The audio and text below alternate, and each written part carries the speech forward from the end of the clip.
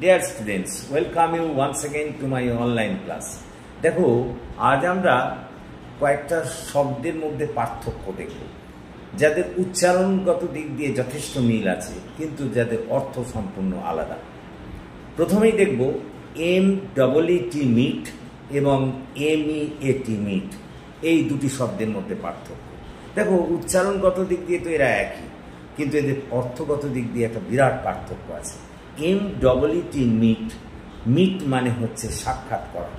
যেমন মনে করো I meet my friend in the morning, এটা কিন্তু একটা ভার্ব। আবার MEAT মিট, মিট মানে হচ্ছে মাংস, এটা কিন্তু নাউন।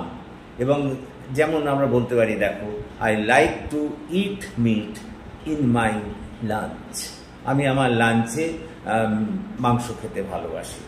তাহলে দেখো MEET মিট মানে হলো সাক্ষাৎ করা, এটা ভার্ব।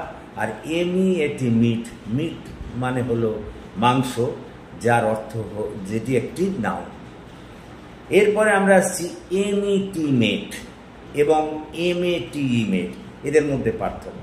দেখো MET মেট এটা হলো মিটের পাস্ট ফর্ম, মানে সাক্ষাৎ করেছিলাম। যেমন মনে করো I met my friend yesterday, আমি আমার বন্ধুর সঙ্গে গতকাল সাক্ষাৎ করেছিলাম। আবার MATE মেট, মেট মানে হচ্ছে এটা একটা নাউন, এটা হচ্ছে কিন্তু এর অর্থ হলো সঙ্গী। যেমন I want to know the name of your mate, আমি তোমার সঙ্গীর নাম জানতে চাই। তো দেখো তাহলে আজকে আমরা প্রথমে দেখলাম MEET মিট এবং MEAT মিট, এই দুয়ের মধ্যে পার্থক্য।